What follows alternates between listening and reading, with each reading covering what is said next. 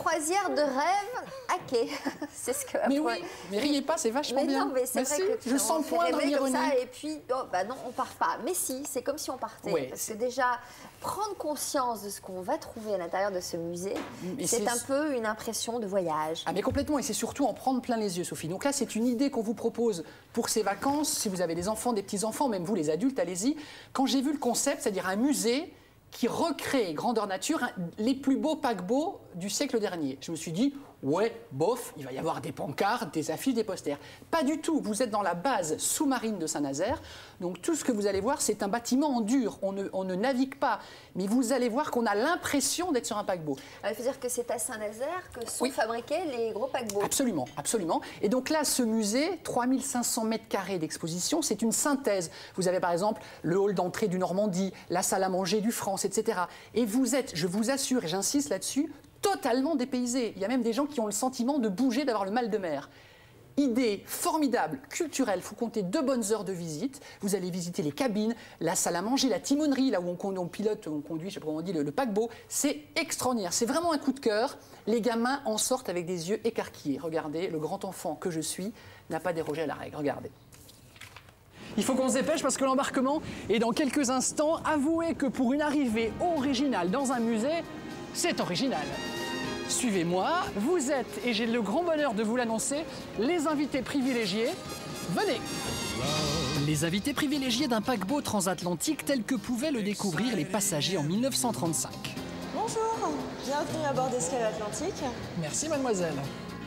Le paquebot, ça c'est le nom exact, je dirais plutôt le géant des mers. Escale Atlantique, c'est le paquebot des paquebots. C'est en fait un parcours spectacle enfermé dans la base sous-marine de Saint-Nazaire et qui permet à nos visiteurs de devenir de véritables passagers dans le temps, dans l'histoire des grands transatlantiques. Incontournable et impressionnante, la salle à manger du paquebot, franchement ça en jette. Dans la réalité, celle du Normandie était 10 fois plus grande que celle-ci. La salle à manger, c'était le haut lieu des mondanités. Il faut se replacer dans le contexte de l'époque. Le paquebot, c'était le seul moyen de relier les continents. Le plus rapide, c'est la ligne de New York. C'est le Havre-New York, c'est quand même au mieux. Sur Normandie, dans les années 1935, 4 jours et demi. Mais il y a des lignes extraordinairement longues qui aujourd'hui nous paraissent une aventure incroyable. La ligne la plus longue, c'est Marseille-Yokohama. Au Japon, donc la baie de Tokyo, et c'est 35 à 36 jours de navigation. Attachez vos ceintures, vous allez complètement halluciner. Nous sommes sur le pont promenade du France tel qu'il se présentait en 1962. Il faut se mettre dans le contexte de l'époque. À l'époque, les croisières pouvaient durer quoi? 4, 5, 10, 15 jours. Vous pouvez trouver le temps long à l'intérieur. Les gens venaient prendre l'air ici. Dans le cadre d'une traversée transatlantique, l'air n'était pas chaud, donc on leur donnait un petit plaid qu'ils jetaient sur leurs épaules. Et regardez la reconstitution hallucinante de vérité. Oh, coucou les gars! Vous pouviez croiser évidemment des paquebots amis, on faisait un petit coucou un peu loin, mais vous avez... Oula, excusez-moi, attendez, oula, là, là, là, là, oula. Non, non, c'est pas un iceberg, j'ai cru que c'était un iceberg. À défaut d'iceberg, et pour ne pas rester de glace, je vous propose la visite des cabines. Celle-ci a été calquée sur le modèle de celle de 2e classe des paquebots des années 50, style Liberté ou Île-de-France. Celle-là fut occupée par Jules Verne à bord du Great Eastern en 1867. Calme, luxe et volupté. Ce paquebot est immobile, il est définitivement prisonnier de la base sous-marine, mais l'ambiance est telle qu'il arrive même que certains passagers aient le mal de mer. Mais c'est une pure autosuggestion, puisque le navire ne bougeant pas, il n'est pas possible d'avoir le mal de mer à bord. Direction maintenant, la salle des machines, elle aussi reconstituée comme pour de vrai. C'est la vapeur qui actionnait le système de propulsion avant 1920 grâce au charbon, après cette date grâce au mazout. Dans la partie la plus basse du paquebot, la cale où on stockait l'alimentation et où logeaient les plus démunis. Il faut savoir que les paquebots, c'est la plus grande histoire de l'immigration dans l'histoire de l'humanité. C'est plus de 72 millions de personnes sur l'Atlantique en moins d'un siècle. Et on voit très bien dans cet entrepont des conditions liées à une très grande promiscuité. Souvent d'ailleurs, les hommes et les femmes étaient séparés, ce qui veut donc dire que les familles étaient séparées à bord. Et on voit bien que c'est vraiment du dortoir collectif et de la restauration collective aussi.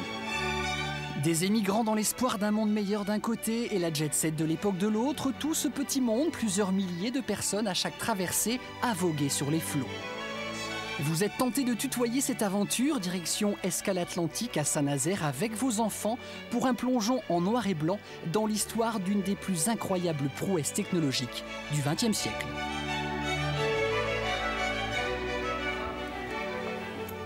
Très beau. Alors, est-ce qu'il y a aussi des mouettes qui... Ah, vous avez des fausses mouettes. Non. C'est une question Didier Régnier.